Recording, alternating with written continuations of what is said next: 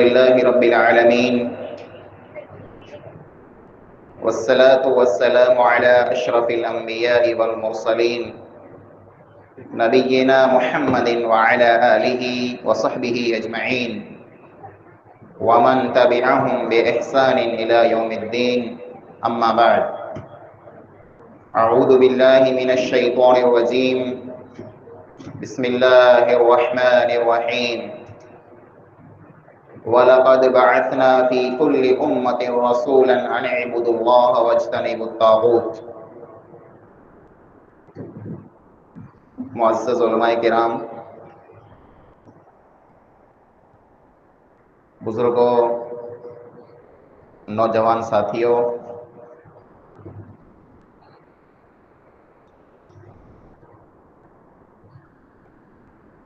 अने इस्लामी माओ ने भेणों, वड़ी खुशी की गाल है जे पांजे बच्चे की ज़बानी पा अलग अलग उनवाने मथे बच्चे की ज़बान मां बेहतरीन बेहतरीन गाली कुरान हदीस की रोशनी में सयूं। अल्लाह रब्बुल आलमीन का दुआ करूँ था कि अल्लाह ताला इन्हीं बच्चे के दीन जो इल्म हासिल करी तौफीक अता फरमाए। अल्लाह ताला इन्हीं बच्चे के दुनिया ने आखिरत में कामयाब बनाए ने जे मायत्रे इन्हीं बच्चे मथे मेहनत कई है, उस्ताद मेहनत कई है, अल्लाह ताला उनकी मेहनत के कबूल फरमाए।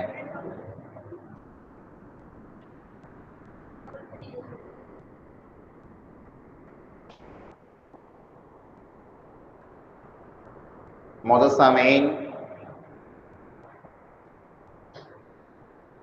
मुझे चे में आयो है कि तौहीद के ताल्लुक से मो गाली बयान करनी हुई। तौहीद ते जो आम मान्या ने मफहूम ही है जेकड़ो इंसान ये अकीदो रखे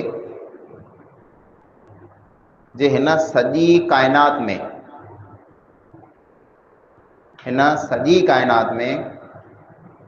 कंहिं पण सिफ़त में कंहिं पण कमकार में कंहिं पण हंध मथे अल्लाह ताला जे बराबर केर पण नाहे। अल्लाह हिकिड़ो है, पिन जे नाले में हिकिड़ो है, पिन जी ज़ात में हिकिड़ो है, पिन जी सिफ़त में हिकिड़ो है। उन अल्लाह जे बराबर हिन कायनात में ॿियो केर पण नाहे। वलम यकुल लहू कुफुवन अहद, यह आयत पाण घणी की याद है। इन आयत जो तर्जुमो ही है वलम यकुल लहू कुफुवन अहद, जे अल्लाह रब्बुल आलमीन जे बराबर केर पण नाहे। ई तौहीद जो को है ई कितरो ज़रूरी है। पाण बयान सुनो पिया नमाज मथा ने इं कई गाली मथा बयान थी था। तौहीद जो जरा बयान थिए तर पाण जा अक्सर माण्हू जो वे था उही चवनि था कि असीं मणे तौहीद वारा आहियूं, त पोइ तौहीद मथे कुला बयान थिए थो।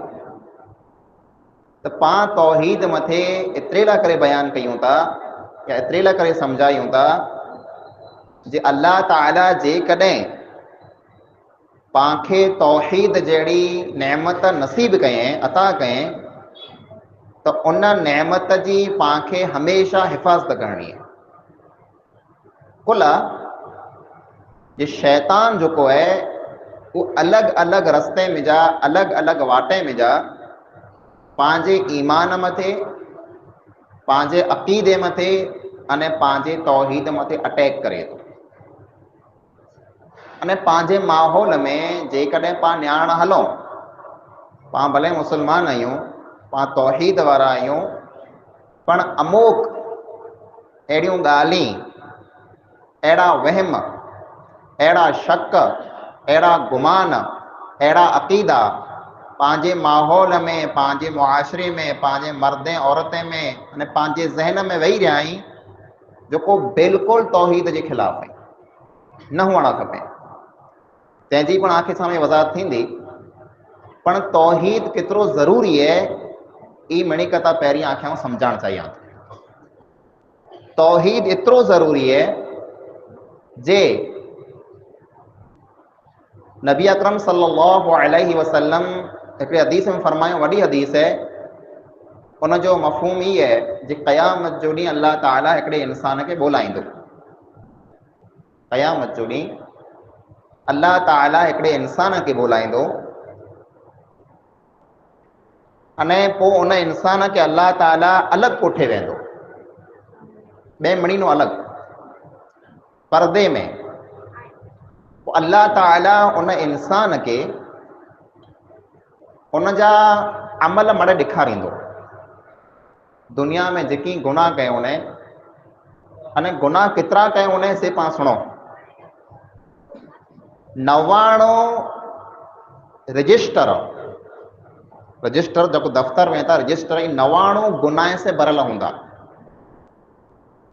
अने हिकिड़ो रजिस्टर एतिरो वॾो हूंदो जेतिरी इंसान जी मीट पुॼे। अहिड़ा 99 रजिस्टर टोटल गुनाह से भरियल हूंदा। अल्लाह ताला बाने खे ॿुलाए करे पुछंदो जे ही मड़े गुनाह तो कए, तो मां हा मूं कया। तो इनकार कई तो जे ना ही कहे, ना आउं इनकार करे न सघां, मूं कया, मूंखे ख़बर है। पोइ तो वटि को उज़र है जे तो ये गुनाह कुला कए। बानो चवंदो जे मूं वटि कीअं पण उज़र न आहे, मूं गुनाह कया है। अल्लाह रब्बुल आलमीन उन इंसान जा उ 99 रजिस्टर जेको गुनाह से भरियल हूंदा उहो हिकिड़े पलड़े में रखंदो। पलड़ो कांटो वेठो, कांटो उन जा ॿ तराज़ू में, हिकिड़ो हिन पासे ॿियो हिन पासे, हिकिड़े तराज़ू में उहो 99 रजिस्टर रखंदो अल्लाह ताला। अने ॿिए पासे ॿिए पलड़े में नेकी त हूंदी की न, गुनाह ने गुनाह। ॿिए पलड़े में अल्लाह रब्बुल आलमीन हिकिड़ो बिताका रखंदो। बिताका अरबीअ में जंहिंखे पाण कार्ड चऊं था, जीअं पाण आधार कार्ड है, पान कार्ड है, ATM कार्ड है न, अहिड़ो नंढो कार्ड हूंदो, हिकिड़ो पनो हूंदो मामूली। उहो पनो अल्लाह ताला उहो वरक़ा ने उहो चिठी हिकिड़ी उहो ॿिए पासे रखंदो। फिर माण्हू चवंदो है अल्लाह हिकिड़े पासे हेॾा 99 वॾा वॾा रजिस्टर भारी भारी, इन्ही में एतिरो वज़न, अने ॿिए पासे मामूली चिठी, मामूली कार्ड हिकिड़ो न कोन थींदो, ही वज़न वारा आहिनि, बरूका आहिनि। अल्लाह ताला फरमाईंदो इन्नक ला तुज़लमुल यौम, अॼु ॾींहुं तो मथे ज़ुल्म की न थींदो, इंसाफ़ थींदो। उहो हिकिड़ी चिठी अल्लाह रब्बुल आलमीन जरा तराज़ू में विझंदो, ॿिए पासे जा रखंदो, उहा चिठी 99 रजिस्टर मथे भारी थी वेंदी। उन चिठीअ में, उन कागर में, उन बेताका में, उन कार्ड में कोन लिखियल हूंदो, ई लिखियल हूंदो अशहदु अल्ला इलाहा इल्लल्लाह व अशहदु अन्न मुहम्मदन अब्दुहु व रसूलुहु। तौहीद जी गवाही। इंसान तौहीद मथे कायम हूंदो तो अल्लाह रब्बुल आलमीन इन इंसान के इन तौहीद जे ज़रिए से जन्नत में कोठे वेंदो।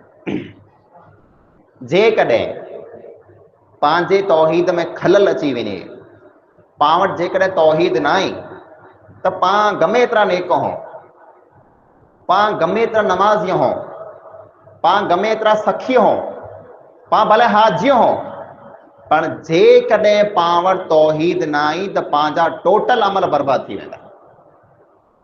पाण कुरो आहियूं, पंहिंजो मर्तबो कुरो आहे, पाण त मामूली इंसान आहियूं न। अल्लाह खां बाद कायनात में मिणी कता वॾो मर्तबो कंहिंजो आहे? मुहम्मद मुस्तफ़ा सल्लल्लाहु अलैहि वसल्लम। मिणी कता वॾा अज़ीम इंसान अल्लाह ताला पिंड जे पैगंबर नबी सल्लल्लाहु अलैहि वसल्लम के मुखातब करे चएं लइन अशरकत लयहबतन अमलुक, ए नबी सल्लल्लाहु अलैहि वसल्लम जेकॾहिं ऐं पण शिरक कयो त आंजा पण टोटल ने टोटल अमल बर्बाद थी वञे।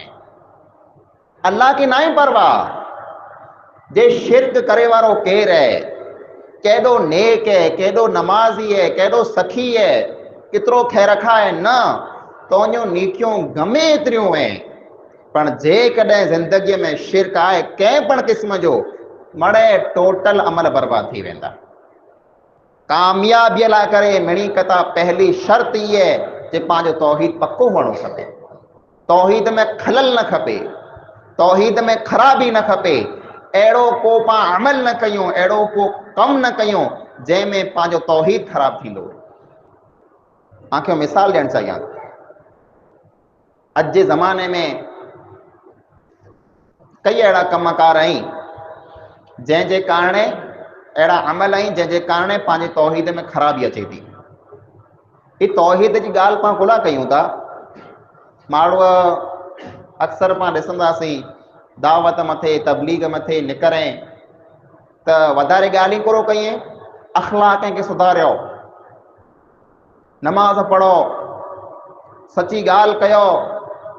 भई हिकिड़ो इंसान जंहिंजो तौहीद ख़राब है, तौहीद में ख़राबी है, वो शिरक करे पियो, वो गैरुल्लाह वटा मंगे पियो, वो अल्लाह के छॾे ॿिए वटा सवाल करे पियो, अल्लाह जे दर के छॾे ॿिए अॻियां झुके पियो, उन इंसान के नमाज़ नो पहिरीं तौहीद सिखायो, उन इंसान के कूड़ नो बचाइणो पहिरीं शिरक नो बचायो, उन इंसान जा अख़लाक सुधारे खां पहिरीं उन इंसान जो अक़ीदो सुधारियो। दलील करो है नबी मोहतरम सल्लल्लाहु अलैहि वसल्लम पिन जे प्यारे सहाबी मुआज़ बिन जबल रज़ियल्लाहु ताला अन्हु के यमन रवानो कयो थे। यमन अहले किताब यहूदीन ईसाई जो मुल्क हो, उमड़े पढ़ल लिखल माण्हू हुआ। मुआज़ रज़ियल्लाहु ताला अन्हु के रवानो करेला करे मोकल ला करे नबी सल्लल्लाहु अलैहि वसल्लम मदीने नो ॿाहिरि विया। मुआज़ रज़ियल्लाहु ताला अन्हु उठ मथे वेठल आई, अने प्यारे पैगंबर सल्लल्लाहु अलैहि वसल्लम जे हथ में उठ जी मुआर है। अने को मुआज़ के चए था, ए मुआज़ पंहिंजी आख़िरी मुलाक़ात है, ए मुआज़ तो पाछो अची ने नबीअ जी क़बर वटा गुज़रन नबी के तूं कीअं ॾिसी सघने। मुआज़ रज़ियल्लाहु ताला अन्हु चए था, मुंहिंजी दिलि में ख़्यालु आयो जे आउं वञां न मदीनो छॾे, पण हिकिड़ो वॾो कमु हो, हिकिड़ो वॾो फ़र्ज़ पूरो करणो हो, जंहिं मथे नबी सल्लल्लाहु अलैहि वसल्लम मुआज़ के रवानो कयो थे। मुआज़ रज़ियल्लाहु ताला अन्हु के नसीहत कंदे चए था, इन्नका लतअती कौमम मिन अहलिल किताब, ए मुआज़ तो हिकिड़ी अहिड़ी क़ौम वटि वञे थो जेको क़ौम अहले किताब है, पढ़ल लिखियल माण्हू आहीं, उन वटि किताबूं आहीं, पण मिणी कथा पहिरीं जंहिं वस्तु जी तूं उन खे दावत ॾियूं कुरो आहे, फल यकुन अव्वल मा तदउ इलैहि शहादती अल्ला इलाहा इल्लल्लाह, जर उन माण्हू वटि तूं पुॼे त मिणी कथा पहिरीं दावत इहा ॾिज जे कलमो पढ़ी अशहदु अल्ला इलाहा इल्लल्लाह व अशहदु अन्न मुहम्मदन अब्दुहु व रसूलुहु पढ़ी करे मुसलमान थियो। पोइ जेकॾहिं उहो मुसलमान थी वञे, तौहीद वारा थी वञे, शिरक में जा हथ कढी वञे, फ़अलिमहुम अन्नल्लाह अफ़्तरज़ अलैहिम ख़म्स सलवातिन फ़ी कुल्लि यौमिन व लैला, त पोइ तूं उन खे सिखाइज जे अल्लाह ताला उन मथे ॾींहं राति में 5 टाइम नमाज़ फ़र्ज़ कए। पहलो हुक्म गुरो है तौहीद जो हुक्म है। मिणी कथा पहिरीं माण्हूअ खे तौहीद सिखायो, मिणी कथा पहिरीं माण्हूअ खे शिरक नो बचायो। जेकॾहिं पाण माण्हूअ खे शिरक नो बचाए वियासीं अने तौहीद में दाख़िल करे वियासीं, मिणी कथा वॾी कामयाबी ई है। कुला हिकिड़ो इंसान जेकॾहिं बेनमाज़ी है, हिकिड़ो इंसान जेकॾहिं चीटर है, हिकिड़ो इंसान जेकॾहिं चोर है, हिकिड़ो इंसान जेकॾहिं ज़ानी है, हिकिड़ो इंसान जेकॾहिं कूड़ो है, हिकिड़ो इंसान जेकॾहिं खाइन है, उन में क़िस्मे क़िस्मे जूं ग़लतियूं आहिनि, गुनाह आहिनि। अल्लाह रब्बुल आलमीन चाहे तो उनखे माफ़ करे सघे थो। इन्नल्लाह ला यग़फिरु अन युशरक बिहि व यग़फिरु मा दून ज़ालिका लिमन यशा। अल्लाह रब्बुल आलमीन चाहींदो वॾे वॾे पापी खे माफ़ करे छॾींदो, वॾे वॾे गुनहगारे खे माफ़ करे छॾींदो, पर अल्लाह रब्बुल आलमीन उन इंसान खे माफ़ कीन कंदो जंहिं अल्लाह रब्बुल आलमीन जे साथ शिरक कयो हूंदो। शिरक करो है। अचो न्यारियों, नबी अकरम सल्लल्लाहु अलैहि वसल्लम वेठा हुआ मजलिस में, साहबी रसूल सल्लल्लाहु अलैहि वसल्लम अचें था, अने अल्लाह जे नबी सल्लल्लाहु अलैहि वसल्लम के सजदो कई था। गाल सुने जी है, सजदो कई था। नबी अकरम सल्लल्लाहु अलैहि वसल्लम उनके रोके के नहीं था, कुरो कई तो ही ए अल्लाह जे रसूल सल्लल्लाहु अलैहि वसल्लम आउं हिनी मुल्कें के वियोस, उन्हीं मुल्कें जो को बादशाह आई, उन्हीं बादशाह के मारो सजदो कई था। बादशाह वट अचे तो बादशाह के सजदो कई, पो बादशाह से मिले। ए अल्लाह जे नबी सल्लल्लाहु अलैहि वसल्लम ऊ त दुनिया जा मामूली बादशाह आई, ते होंदे मारो उन्हीं के सजदा कई पिया ने आई ता कायनात जा मिड़ी कता बेहतरीन इंसान आयो, आई वधारे हकदार आयो जे असी आंखें सजदो कयूं। नबी अकरम सल्लल्लाहु अलैहि वसल्लम फरमायो न अल्लाह का सिवा बे कंहिंखे पण सजदो करण जायज़ नाहे, अल्लाह का सिवा बे कंहिंखे साम्हूं झुकण जायज़ नाहे, नबी के साम्हूं पण झुकण जायज़ नाहे, नबी सल्लल्लाहु अलैहि वसल्लम के पण सजदो करण जायज़ नाहे। तो दुनिया जो पियो गमे इंसान वे, गमे एडो वडो इंसान वे, उन जो मकाम गमे एतिरो वडो वे, गमे एतिरो नेक वे, कंहिंखे साम्हूं पण सजदो करणो झुकणो कंहिं पण मुसलमान न करे जायज़ नाहे।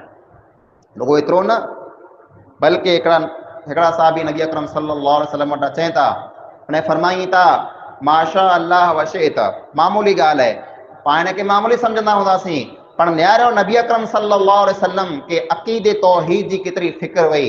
वो साहबी अची करे चवनि था माशा अल्लाह वशेत, ए अल्लाह जा नबी सल्लल्लाहु अलैहि वसल्लम जेको अल्लाह चाहे उहो थिए थो न, जेकी ऐं चाहियो उहो थिए थो, जेकी अल्लाह चाहे उहो थिए थो न, जेकी ऐं चाहियो उहो थिए थो। अल्लाह जे नबी अकरम सल्लल्लाहु अलैहि वसल्लम फरमायो अजअलतनी लिल्लाहि निद्दा, पूरो तो मूंखे अल्लाह जे बराबर करे छॾे, बल माशा अल्लाह, बल्कि तो ई चओ जेकी अल्लाह चाहे उहो जी थिए थो, मुंहिंजो हिन में कीअं हथ नथो वे। कायनात में अल्लाह चाहे ही थिए थो, वमा तस्कुतु मिन वरक़तिन इल्ला यअलमुहा, अल्लाह फरमाए जेकॾहिं ज़मीन मथे धरतीअ मथे कंहिं वण में जा हिकिड़ो पन किरे थो त अल्लाह रब्बुल आलमीन खे उनजी ख़बर है, अल्लाह जे हुक्म से किरे थो। अल्लाह जे हुक्म से पाण हिते वेठा आहियूं, अल्लाह जे हुक्म से पाण ही सुणो पिया, अल्लाह जे हुक्म से पाण हितां उथियंदासीं, टोटल कमकार मड़े अल्लाह जे हथ में जई। ई तौहीद है ने पाके समझणो है न तौहीद के। नबी अकरम सल्लल्लाहु अलैहि वसल्लम पिंड जे नंढे नंढे बच्चे के सिखाईंदा हुआ, पां पंहिंजे बच्चे के तौहीद सिखायूं। उला जेकॾहिं पंहिंजी ज़िंदगीअ में शिरक अची वियो कंहिं पण क़िस्म जो, त पाण दुनिया में पण ज़लील रुसवा थींदासीं अने आख़िरत पण पाण विञाए न वेही रहंदासीं। नबी अकरम सल्लल्लाहु अलैहि वसल्लम पुठिया अब्दुल्लाह बिन अब्बास रज़ियल्लाहु तआला अन्हु वेठल आहिनि। नबी अकरम सल्लल्लाहु अलैहि वसल्लम उन्हीं खे नसीहत कई था, या गुलाम इन्नी उअल्लिमुका कलिमातिन, ए बच्चा आऊं तोखे अमोघ ॻाल्हि सिखायां तो, तूं सिखी ला। इहफ़ज़िल्लाह यहफ़ज़का, तू अल्लाह जे दीन जी हिफ़ाज़त कर, अल्लाह ताला तोजी हिफ़ाज़त कंदो। इहफ़ज़िल्लाह तजिदहु तुजाहका, तू अल्लाह जे दीन जी हिफ़ाज़त कर, अल्लाह जे हुक्म जी हिफ़ाज़त कर, अल्लाह रब्बुल आलमीन के ॾिसने तोखे साम्हूं अची करे तोजी हिफ़ाज़त कंदो। अने पोइ नबी अकरम सल्लल्लाहु अलैहि वसल्लम उन नंढे बच्चे के सिखाई था, वअलम लौ अन्नल उम्मत लव इज्तमअत अला अन यनफऊक बिशैइन लम यनफऊक इल्ला क़द कतबहु अल्लाहु लक। ए बच्चा इन ॻाल्हि के मगज में जे वियारे ला, जे दुनिया जा मड़े इंसान बेरा थी करे तोखे को नफ़ो ॾियणु चाहिए, तोजो को फ़ाइदो करणु चाहिए, नता करे सघे जेकॾहिं अल्लाह रब्बुल आलमीन तोजी क़िस्मत में नाई लिखे त। अने इन ॻाल्हि के पण समझी ला, दुनिया जा मड़े इंसान बेरा थी करे तोजो नुक़सान करणु चाहिए, तोजो नुक़सान नथा करे सघे जेकॾहिं अल्लाह रब्बुल आलमीन तोजे नसीब वो नुक़सान नाई लिखे त। ई पंहिंजो अक़ीदो हुअणो खपे जे नफ़े नुक़सान जो मालिक अल्लाह ताला आहे। अल्लाह खां सिवा, अल्लाह जे हुक्म खां सिवा, अल्लाह जी मर्ज़ीअ खां सिवा दुनिया जो को इंसान न पांखे नफ़ो ॾेई सघे थो अने न पंहिंजो को नुक़सान करे सघे थो। पांखे जेकी खपे पां अल्लाह ताला वटा मंगो, पांखे जेकी सवाल करणो हुए पां अल्लाह ताला वटा सवाल कयूं। बल्कि हिकिड़े सहाबी नबी अकरम सल्लल्लाहु अलैहि वसल्लम के पुछो, ए अल्लाह जा नबी सल्लल्लाहु अलैहि वसल्लम असीं अल्लाह वटा पुरो पुरो मंगो, असीं अल्लाह वटा पुरो पुरो मंगो। नबी अकरम सल्लल्लाहु अलैहि वसल्लम फरमायो, जोड़े जी जेको वादरी है, जेको पां ॿधूं था जोड़े के गठी ॾेई करे अॻियां जो पटी वे थी, ये वादरी पण जेकॾहिं आंखे मंगणी वे त अल्लाह ताला वटा मंगो। मामूली वस्तु खपे अल्लाह वटां मंगो, वॾी वस्तु खपे अल्लाह ताला वटां मंगो, ॿिए कंहिं वटां कॾहिं पण न मंगो। ई पंहिंजो दीन पाण सेखारे थो। अने पाण त हर नमाज़ में पढ़ूं था इय्याका नअबुदु व इय्याका नस्तईन, ए अल्लाह असीं सिर्फ़ अने सिर्फ़ तौजी इबादत कयूं था अने सिर्फ़ तो वटा मदद घुरूं था, ॿिए कंहिं वटां पण न। ई पंहिंजो अक़ीदो आहे, ई तौहीद है, ई ईमान है, जंहिंखे बचाइणो आहे ज़रूरी है। नयारियूं पंहिंजे माहौल में मुआशरे में कई अहिड़ा कमकार जेको शिरक वारा हलाइनि पिया तौहीद जे ख़िलाफ़ आहिनि। मिणीक त पहली ॻाल्हि इहा जे पंहिंजी ज़िंदगीअ में बदअक़ीदगी वधी वई है, शक वधी विया आहिनि, जंहिंखे नहूसत चवाइजे। कंहिं इंसान खे मनहूस सम्झणो, कंहिं ॾींहं खे मनहूस सम्झणो, कंहिं महीने खे मनहूस सम्झणो, कंहिं वरे खे मनहूस सम्झणो, कंहिं टाइम खे मनहूस सम्झणो। ही त ॾींहुं अॼु ख़राबु हो, ही त महीनो ख़राबु न करियो, ही त वरे ख़राबु न करियो, ही त टाइम ख़राबु न करियो। टाइम ख़राबु न आहे, वक़्तु ख़राबु न आहे, ॾींहुं ख़राबु न आहे, महीनो ख़राबु न आहे। मड़े ॾींहुं अल्लाह जा बनायल आहिनि, मड़े महीना अल्लाह जा बनायल आहिनि, मड़े सरखा आहिनि। हाँ, अमोक महीने के अल्लाह रब्बुल आलमीन अज़ीम बनाए हैं, पर कंहिं महीने के अल्लाह ख़राबु न बनाए। कई माण्हू अहिड़ा आहिनि त अमोक महीने में शादी न कई, हिन महीने में शादी नथा कयूं, बरकत की न पवंदी, को अल्लाह जा मड़े महीना सरखा आहिनि। ये बदशुगूनी है, इनके अरबीअ में ततय्युर चवाइजे। अल्लाह जे नबी अकरम सल्लल्लाहु अलैहि वसल्लम फरमायो, मन रद्दतहु तियरतु अन हाजतिही फ़क़द अशरक। जंहिं इंसान के शक कंहिं पण कमनु रोके छॾे त समझी लायो उन इंसान शिरक कयो। मिसाल तरीक़े खां सम्झायां थो। हिकिड़ो इंसान सुबुह जो वहलो उथिए थो, इरादो करे थो जो अॼु मूंखे हेॾा वञिणो आहे, कंहिं सफ़र मथे वञिणो आहे, केॾा मूंखे लम्हो वञिणो आहे। इरादो करे निकिरियो, घर में जा ॿार निकिरियो त कारी मिनी अॻियां टिप ॾेई मटे वई, कारी मिनी अॻियां मटे वई। इंसान सफ़र खे कैंसिल करे छॾे थो, मूंखे सफ़र न आहे करिणो। कोन आहे करिणो, एतिरे लाइ करे न आहे करिणो जे कारी मिनी अॻियां मटई आहे, सफ़र खां सुखी न थींदो। तूं ईअं सम्झे थो कि तोजो नुक़सान कारी मिनीअ जे हथ में जे, तूं ईअं सम्झे थो जे कारी मिनी मूंखे नुक़सान पुॼाईंदी। अल्लाह जे नबी अकरम सल्लल्लाहु अलैहि वसल्लम फरमायो, जंहिं इंसान पिंड जे कंहिं पण कम में जा हथ कढी लाथा, वो कारी मिनी ॾिसी हथ कढे तंहिं भले अने कंहिं माण्हू खे ॾिसी करे हथ कढे तंहिं भले, उन इंसान शिरक कयो आहे। ईअं जेकॾहिं मिसाल इहा पण आहे, हिकिड़ो इंसान मिसाल तरीक़े पंहिंजे घर आयो कि पंहिंजे दुकान मथे सुबुह जो वहलो वहलो आयो, अने उन ई ॾींहुं जेकॾहिं पंहिंजो को नुक़सान थी वियो, उन ई ॾींहुं जेकॾहिं पंहिंजो को नुक़सान थी वियो त पंहिंजे मगज में शैतान ई शक पैदा करे थो जी मनूस माण्हू पंहिंजे दुकान मथे आयो तंहिंजे कारण नुक़सान थी वियो आहे। अने कई अहिड़ा इंसान वेहनि था, जेकॾहिं कंहिंजो मोह सुबुह जो वहलो वहलो ॾिसी की न त कुरो चवनि था अॼु त हिन मनूस जो मोह ॾिठो आहे, ॾींहुं खां सुखी न वेंदो। इहा बदअक़ीदगी है, ई तौहीद जे ख़िलाफ़ है, ई ईमान जे ख़िलाफ़ है। पंहिंजो अक़ीदो ई हुअणो खपे, गमे इन इंसान जो आउं मोह ॾिसां, गमे इंसान मूंखे साम्हूं अचे, कारी मिनी अॻियां मटे तंहिं भले न बुरी मिनी अॻियां मटे तंहिं भले, नफ़ो नुक़सान अल्लाह ॾियण वारो आहे, ॿिए कंहिंजे हथ में न आहे। ईअं पंहिंजे माहौल में जीअं मूं ॻाल्हि कई जे पाण ॾींहं खे ज़माने खे ख़राबु सम्झूं था। कई माण्हू अहिड़ा पण वें था ॾींहं खे बुरो भलो चई, ओ अहिड़ो ॾींहुं त न आयो त कर खासो थियो, हीउ महीनो त न आयो त कर खासो थियो, अहिड़ो ॾींहुं बुरो भलो चई था। नबी अकरम सल्लल्लाहु अलैहि वसल्लम फरमायो, हदीस कुदसी है, अल्लाह ताला फरमाए तो यूदीनी इब्नु आदम यसुब्बु दहर वाना दहर बियदिल अमरु उक़ल्लिबु लैल वन नहार। इब्ने आदम, ये इंसान मूंखे तकलीफ़ ॾे थो, इंसान मूंखे तकलीफ़ ॾे थो। कीअं तकलीफ़ ॾे थो? केरु चए थो तकलीफ़ ॾे थो? अल्लाह चए थो इंसान मूंखे तकलीफ़ ॾे थो। कीअं तकलीफ़ ॾे थो? ही इंसान ज़माने खे ख़राबु चए थो, ॾींहं खे ख़राबु चए थो, महीने खे ख़राबु चए थो, कंहिं वरे खे ख़राबु चए थो, ॾींहं खे घारी ॾे थो, बुरो भलो चए थो। अल्लाह ताला फरमाए तो ॾींहं ने राति मुंहिंजे हथ में चई, ॾींहुं राति हलाए वारो आऊं आहियां, महीने के बदलाए वारो आऊं आहियां, वरे के बदलाए वारो आऊं आहियां, वक़्त के बदलाए वारो आऊं आहियां। ऐं जेकॾहिं वक़्त के गारी ॾियो था, ऐं जेकॾहिं वक़्त के बुरो भलो चओ था, ऐं कंहिं ॾींहं के बुरो भलो चओ था, त सम्झी लायो वक़्त के न, ॾींहं के न, महीने के न, बल्कि ऐं अल्लाह ताला के बुरो भलो चओ था। ईअं को ॾोरो पहिरें लाहिणो, तावीज़ ॿधी लाहिणो, इन अक़ीदे से जे हिन ॾोरे जे कारण मुंहिंजी तकलीफ़ दूर थी वेंदी। मुंहिंजा अज़ीज़ भाइरो, ॾोरो ॿधणु, धाॻो ॿधणु, तावीज़ ॿधणु, तंहिंजे बारे में सही सही खुली खुली हिकिड़ी न आखे कई हदीसूं मिलनियूं, जंहिंमें अल्लाह जे नबी अकरम सल्लल्लाहु अलैहि वसल्लम फरमायो, मन तअल्लक तमीमतन फ़क़द अशरक, जंहिं पण इंसान तावीज़ ॿधो, कंहिं इंसान ॾोरो ने धाॻो ॿधो, अल्लाह जे नबी अकरम सल्लल्लाहु अलैहि वसल्लम फरमायो उन इंसान शिरक कयो आहे। पाण कई इंसान अहिड़ा पढ़नि था, उहे चवनि था असीं मुस्लमान आहियूं त असीं शिरक कीअं करे सघूं था। न मुंहिंजा अज़ीज़ भाइरो, हिकिड़ो इंसान मुस्लमान थी करे पण शिरक करे सघे थो।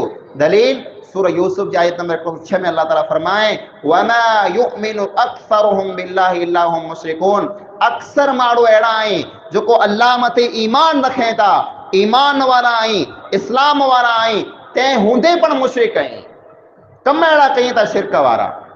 अब्दुल्ला बिन मसऊद रज़ी अल्लाह ताला अन्हु पंहिंजे घर अचनि था, वॾा अज़ीम साहबी घर अचनि था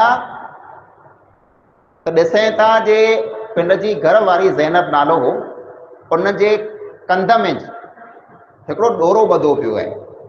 उन औरत डिघ लिकाए पण तंहिं हूंदे अब्दुल्ला बिन मसऊद जी मीट पुॼी वई। पुछियो जे ही करो आहे तुंहिंजे कंध में ॿधल, तर फरमायो जे मूं तावीज़ पढ़ाए ने ॿधो आहे, मूंखे थोड़ी अख में तकलीफ़ वई, तंहिंजे कारण इहे मूं ॿधायो आहे।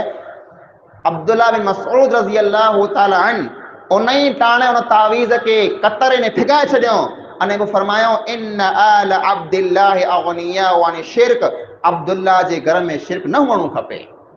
यानी मालूम थिए तो जे तावीज़ ॿधणु शिरक है। अने वो उन औरत वरी चए, सुनो ये ॻाल्हि मेन, वो औरत वरी चए थी अब्दुल्ला बिन मसऊद के जे इन वस्तु के शिरक चओ था, तावीज़ ऐं लाए ने फिगाए छॾियां, मुंहिंजी अख में तकलीफ़ वई, पर जहिड़ा मूं तावीज़ ॿधियो तहिड़ा ये मुंहिंजी अख बराबर थी रही, तकलीफ़ दूर थी वई है। त इन जो मतिलब तावीज़ मुंहिंजा फ़ाइदो है न, तॾहिं त अख ठीक थी रही। फिर अब्दुल्ला बिन मसऊद रज़ी अल्लाह ताला अन्हु चवनि था, तुंहिंजी अख में जेको तकलीफ़ वई, ये तकलीफ़ तोखे शैतान ॾेराए ते, शैतान अची करे तोखे तकलीफ़ ॾींदो हो तुंहिंजी अख में, पोइ ला एतिरेड़ा करे जीअं माई शिरक करे। पोइ जहिड़ा तो तावीज़ ॿधी लाथे तहिड़ा शैतान जो मक़सद पूरो थी वियो, तहिड़ा उन तोखे तकलीफ़ ॾियणु बंदि करे छॾे। जे पंहिंजो कमु थी वियो, मूंखे शिरक कराइणो हो, हिन औरत शिरक करे लाथई, एतिरे शैतान तो मां हथ कढी वियो, तूं वरी तावीज़ लाए विझनी, वरी शैतान अची करे तोखे तकलीफ़ ॾींदो। कई अहिड़ा भाउ वह था, मथो ॾुखे थो, पेट ॾुखे थो, बांह ॾुखे थी, टंग ॾुखे थी, तावीज़ ॿधी लायो बराबरि थी रहंदासीं, तावीज़ लाथो वरी तकलीफ़ चालू, उन्हीं जो ईमान बनी वञे तो न तावीज़ में जा मूंखे फ़ाइदो है। न मुंहिंजा अज़ीज़ भाइरो, ई शैतान है जेको अची करे पंहिंजे ईमान मथे, पंहिंजे अक़ीदे मथे अटैक करे थो, जे इंसान थी सघे क्या न क्या मुशरिक बनी वञे, इंसान थी सके क्या न क्या शिरक करे विझे। अने शिरक हिन उम्मत में कीअं थींदो, नबी अकरम सल्लल्लाहु अलैहि वसल्लम फरमायो हो, इन अख़वफ़ मा अख़ाफ़ु अलैकुम अश्शिरकुल असग़र, जंहिं वस्तु जो मूंखे मिणी कता वधारे डपु आहे आंजे बारे में, मिणी कता वधारे डपु जेको आहे उहो शिरक असगर जो आहे। निंढो शिरक ऐं कंदा, उहो निंढो शिरक करो आहे और रिया ऐं रियाकारी कंदा, अमल कंदा, नमाज पढ़ंदा, पर एतिरेड़ा करे पढ़ंदा जे माण्हू मूंखे नमाज़ी चए, ऐं नेकी कंदा एतिरे लाइ करे कंदा माण्हू मूंखे नेक चए, ऐं हज कंदा माण्हू मूंखे हाजी साहब चए, ऐं सदको ने ख़ैरात कंदा माण्हू मूंखे सखी चए, रियाकारी कंदा रियो कंदा माण्हू खे ॾेखारे लाइ करे ऐं जेको अमल कंदा ई शिरक आहे। कुला ई अमल अल्लाह लाइ करे हुअणो खपे, ॿिए कंहिं लाइ करे न हुअणो खपे। अने पोइ ॿई हदीस में नबी अकरम सल्लल्लाहु अलैहि वसल्लम फरमायो मुंहिंजी उम्मत में शिरक ईअं हरा हरा हरा हरा आहिस्ता आहिस्ता दाख़िल थींदो, जीअं मिसाल ॾियारियो केतिरी बहितरीन ॾिनो, जीअं हिकिड़ी कारी माकूड़ी चूंटी कारी माकूड़ी कारे पत्थर मथे अंधेरी रात में फिरंदी वे अने पाण वटि पुॼी अचे, पाण खे ख़बर पए पाण खे त अंधारे में वेठा आहियूं, कारी माकूड़ी वे अंधारो वे लाइट वाइट कीअं न वे, अंधारो वे कारी रात वे पाण वेठा हो, कारी माकूड़ी कारे पाण मथा अची करे पाण मथे पाण ॾिसी सघंदासीं, ख़बर पवंदी की न ख़बर पवंदी न। अल्लाह जे नबी अकरम सल्लल्लाहु अलैहि वसल्लम फरमायो जीअं इन माकूड़ी जी ख़बर की न पवंदी आ मथे पुॼी अचींदी, ईअं जे शिरक हरा हरा आ मथे पुॼी अचींदो, तव्हांखे ख़बर अची की न पवंदी।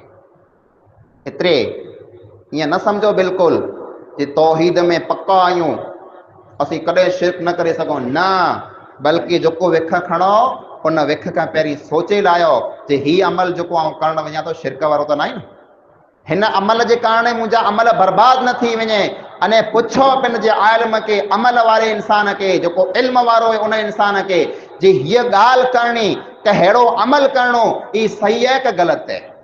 पाण हर के वस्तु खे मामूली सम्झो था, हा इन में जेको थियो। अने छेली ॻाल्हि इहा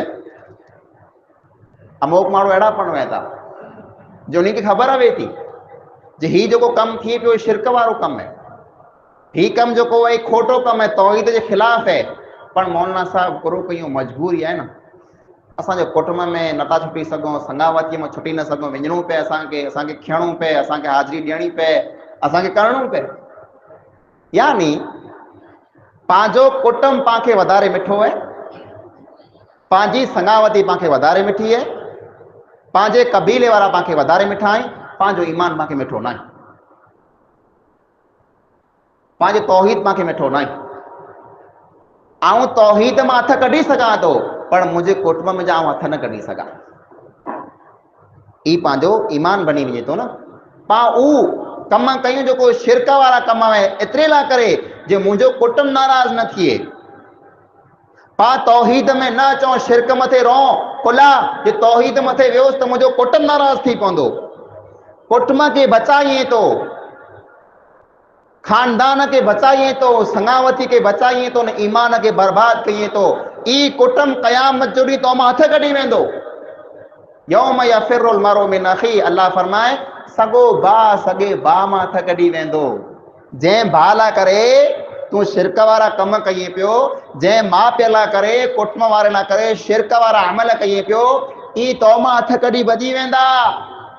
अने उ तौहीद जेको तोखे बचाईंदो, उ ईमान जेको तोखे बचाईंदो, उन तौहीद मां उन ईमान में जा तूं हथ कढियो वेठो आहीं। बनो इब्राहिमी बनो, बनो मोहम्मदी बनो सल्लल्लाहु अलैहि वसल्लम, जे तौहीद लाइ करे हर की वस्तु में जा हथ कढी लाइणा। इब्राहिम अलैहिस्सलाम के पास सुनो था न, इब्राहिम पंहिंजा नबी हुआ, पंहिंजा माइत्र हुआ, कुर्बानी जो टाइम अचे इब्राहिम खे यादि कयूं, इब्राहिम जी सुन्नत है कुर्बानी करणी। इब्राहिम जूं ॿियूं पण कई सुन्नतूं हुई, खाली कुर्बानी न आई, ॿियूं कई सुन्नतूं हुई। उन मां हिकिड़ी सुन्नत इहा पण आहे जे इब्राहिम अलैहिस्सलाम पिंड जे सॼे पीउ खे चवे इन्नी बराउ मिनकुम, ए मुंहिंजा पीउ आउं तोनू बेज़ार आहियां, आउं तोनू अलॻि आहियां, आउं तोनू जुदा आहियां। अने जंहिं माबूद जी तूं इबादत कई तो आउं उन अलॻि आहियां, तूं मुंहिंजो सॻो पीउ आहीं, तूं मुंहिंजो सॻो पीउ आहीं, पर ऐं मुंहिंजा पीउ मुंहिंजो तो से कीअं ताल्लुक न आहे, कुला आउं तौहीद वारो आहियां, तूं मुशरिक आहीं। ये इब्राहिम जी सुन्नत है, इन सुन्नत खे चेरी कयो। तौहीद जूं घणियूं ॻाल्हियूं थी सघनि थियूं, पाण तौहीद खे पाण बचायूं। अॼु जो ज़मानो फितने जो ज़मानो आहे, क़िस्म क़िस्म जा फितना जाॻनि पिया, पंहिंजे तौहीद मथे पंहिंजे ईमान मथे अटैक थिए पिया। पाण खे ईमान खे बचाइणो आहे, पाण खे तौहीद खे बचाइणो आहे। कुला पाण गुनहगार आहियूं, ख़ताकार आहियूं, जे कॾहिं पाण पंहिंजी तौहीद खे न बचायो त ॿियो त पाण वटि अमल आहे न जेको अलाह ताला खे ॾेखारियो। ही तौहीद त उहो वस्तु आहे जेको अलाह ताला मिणी नबी खे ॾेई करे हलाए, वलक़द बअसना फी कुल्लि उम्मतिन रसूला अन इब्दुल्लाह वज्तनिबुत तागूत। अलाह फरमाए हर उम्मत में असां को रसूल हलायो, अने रसूल जो मक़सदु कहिड़ो हो, जे वञी करे पंहिंजी क़ौम खे सम्झायो जे हिकिड़े अलाह जी इबादत कयो अने शिरक में जा हथ कढी लायो। ई पैगाम खणी दुनिया में मड़े नबी आया आहिनि, अने नबी पुठियां हाणे पाण छहली उम्मत आहियूं, अने पंहिंजो फर्ज़ बने थो कि पाण ॿिए मथे दावत पुॼायूं, पाण ॿिए खे तौहीद सिखायूं, पाण ॿिए खे तौहीद सम्झायूं। माण्हू शिरक में पिया आहिनि, माण्हू बिदत में पिया आहिनि, माण्हू ख़ुराफ़ात में पिया आहिनि, इस्लाम जे नाले मथे क़िस्मे क़िस्म जा ख़ुराफ़ात कई पिया, उन खे सम्झायूं इस्लाम ई दीन न आहे, इस्लाम ई पाण खे नथो ॾसे, इस्लाम पाण खे ई ॾसे थो कि पाण मथे फ़र्ज़ आहे कि पाण पंहिंजी तौहीद वारा रहूं अने ॿिए खे पाण तौहीद सिखायूं ऐं सम्झायूं। अल्लाह रब्बुल आलमीन खां दुआ आहे जेके बि ॻाल्हियूं क़ुरान ऐं हदीस जे मुताबिक़ सुयूं, अल्लाह ताला पाण मिणी खे अमल करी तौफ़ीक़ अता फरमाए। अल्लाह ताला पाण खे तौहीद मथे क़ाइमु रखे अने हर क़िस्म जे शिरक खां अल्लाह ताला पाण खे बचाए। आमीन सुम्मा आमीन। व आख़िरु दअवाना अनिल हम्दुलिल्लाहि रब्बिल आलमीन। अस्सलामु अलैकुम व रहमतुल्लाहि व बरकातुहू।